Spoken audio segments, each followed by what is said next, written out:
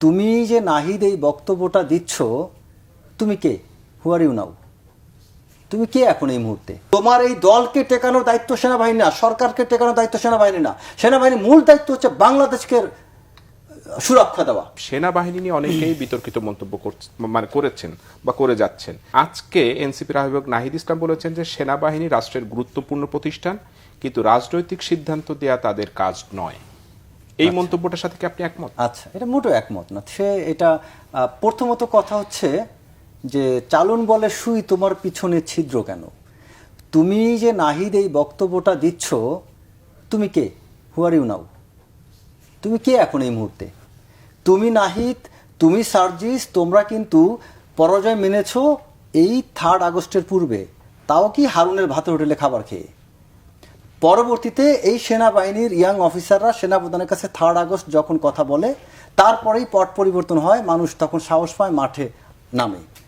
তারা আন্দোলন একটা সময় করছে, কিন্তু এখানে হ্যাঁ, সে বলতে পারে, যদি নাহিদ একা বলতে পারে তাহলে প্রাইভেট ইউনিভার্সিটির অনেক ছাত্ররা বলতে পারে, ছাত্র দলের ছেলেরা বলতে পারে, শিবিরের ছেলেরা বলতে পারে, সারা বাংলাদেশে লক্ষ লক্ষ নাহিদ আছে এই 5 আগস্টের বা জুলাই আগস্ট অভ্যুত্থানে। সো নাহিদ একা সে কে, মানে কিসের ভিত্তিতে সে এত ইয়াটা দেখাচ্ছে, সে আধিক্ষেতা দেখাচ্ছে? আচ্ছা, তারপরে নাহিদ কিছু কিছু কথা বলেছে, সে তো এখন উপদেষ্টা না, সে এখন এনসিপি পার্টির একজন আহ্বায়ক। এনসিপির আহ্বায়ক হয়ে তিনি এটা বলার কি? তো উনি তো নিজেই নিয়ম ভঙ্গ করছেন। আচ্ছা, তারপর এখন আপনার প্রশ্নের উত্তরে আমি আসি। এই জায়গাটা কেন সে এটা, আমি এই কথাটাকে আমি তাকে প্রত্যাখ্যান করি, তা হচ্ছে সেনাবাহিনী অবশ্যই রাজনীতি নিয়ে কথা বলতে পারে। কারণ হচ্ছে আপনাকে পরিস্থিতিটা বুঝতে হবে। এই মুহূর্তে সেনাবাহিনী অলরেডি ডেপ্লয়েড, এইটা একটা অন্তর্বর্তীকালীন সরকার। এই মুহূর্তে এই সরকারের নাম্বার 1 সাপোর্টিভ স্টেক হোল্ডার হচ্ছে সেনাবাহিনী। এই সরকারকে এই মুহূর্তে প্রশাসনিক সমস্ত মানে কার্যকর ইম্প্যাক্টফুল সাপোর্টটা সেনাবাহিনী দিয়ে যাচ্ছে। পুলিশ কাজ করতে পারে নাই সেনাবাহিনী সাপোর্ট ছাড়া, তার মানে পুলিশও চলছে সেনাবাহিনীর কারণে। ডিসিরা প্রথম দিকে যখন দায়িত্ব নেয়, ডিসিরা অফিসে যাইতে পারতো না সেনাবাহিনীর ক্যাম্পের কোঅর্ডিনেশন না করে।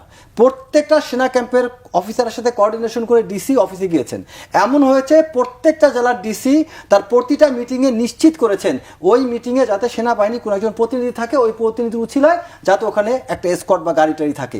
তার মানে সমস্ত ডিসিপ্লিন এবং শৃঙ্খলা কমিটি যত মিটিং হতো জেলা পর্যায়ে, সব কিছুতে সিভিল অ্যাডমিনিস্ট্রেশন, পুলিশ বলেন, সব জায়গায় সেনাবাহিনীর সম্পৃক্ততা।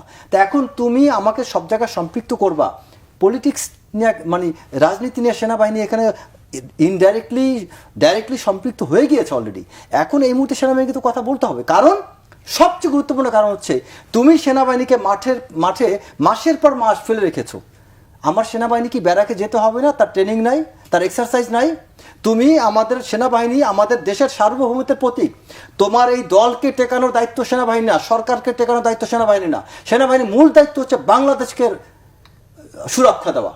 বাংলাদেশের সার্বভৌমত্ব রক্ষা করা হচ্ছে সেনাবাহিনীর প্রাইম রেসপন্সিবিলিটি। সো তুমি আমার প্রাইমারি রেসপন্সিবিলিটিকে তুমি আঘাত করতেছো, এখানে আমার ব্যাঘাত ঘটাচ্ছ। তুমি আমার প্রাইমারি রেসপন্সিবিলিটি ধরে রাখার জন্য আমার প্রশিক্ষণ, আমার অনুশীলন, আমাকে যে এই যে সামার কালীন এক্সারসাইজ না, দেশের প্রয়োজনে তাদেরকে রাস্তায় নামানো হচ্ছে, তাই বলে কি তারা রাজনৈতিক কোনো সিদ্ধান্ত দিতে পারে? রাজনৈতিক এটা সিদ্ধান্ত না তো। তিনি তার কথার অর্থটা ছিল এই যে আপনারা তাতে দ্রুত নির্বাচন দেন, কারণ আদারওয়াইজ আপনি নির্বাচন যতদিন পর্যন্ত দিবেন না, আপনি আমাকে মাঠ থেকে ছাড়ছেন না। এখানে তো কথাটা ইনকমপ্লিট। আলোচনাগুলো কি মানে পর্দার অন্তরালে হওয়া ভালো না পাবলিকলি আসা? অবশ্যই পর্দার অন্তরালে। এখন এইটা পর্দার বাইরে তো নিয়ে আসছেন নাহিদ স্যার, হাসনাত সার্জিজেরা, এরা না বাইরে নিয়ে আসছেন। এখানে ডক্টর মোহাম্মদ ইউনূস পদত্যাগ করতে চান কি না চান, তিনি কি অভিমান প্রকাশ করেছেন, সে কথাটা বাইরে আসবে কেন? এটা তো তাদের ইম্যাচুরিটি কারণে কথাগুলো আসছে।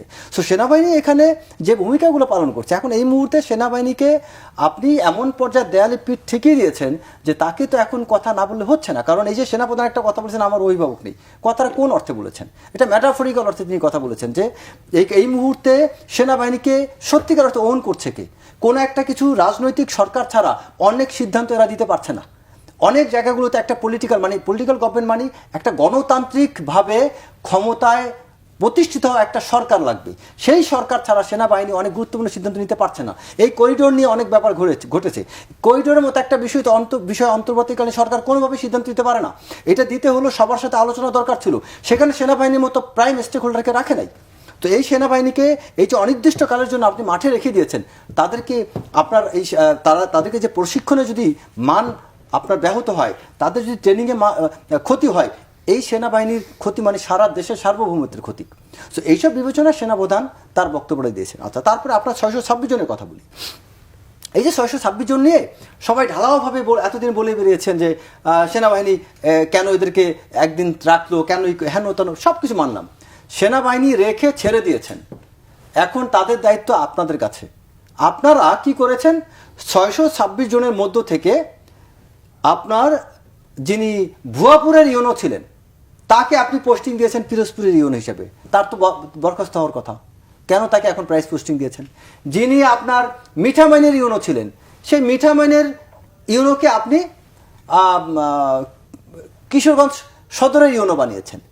যিনি আপনার কোন একটা জেলার এসিলেন্ট ছিল, সেই জায়গা থেকে তাকে রূপগঞ্জের এসিলেন্ট বানিয়েছেন, আরও গুরুত্বপূর্ণ জায়গায়।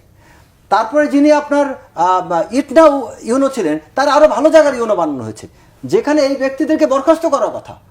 আপনি এখানে একদম সিরিয়াল নাম্বার অনুযায়ী, আমি আপনাকে একদম 626 জনের যে সিরিয়াল আছে সেটা অনুযায়ী আমি বলছি, এবং এটা নিয়ে সর্বপ্রথম আমি এটাকে বের করে আমি একটা জায়গায় পড়ে দিয়েছিলাম, এটা বিভিন্ন মিডিয়াতে পরে আমার মাধ্যমে গিয়েছে।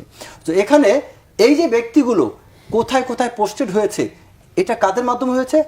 এই উপদেষ্টাদের মাধ্যমে। না, যারা সেনাবাহিনী করেছে, মানে ক্যান্টনমেন্ট আশ্রয় নিয়েছিল সবাইকে অপরাধী ছিল কিনা সেটা একটা বিষয়। না, এখানে একটা বিষয় আপনাকে বুঝতে হবে, অপরাধী হোক না হোক, এই ইউনো অপরাধ না করলে তিনি ক্যান্টনমেন্ট আশ্রয় নিয়েছিলেন কেন?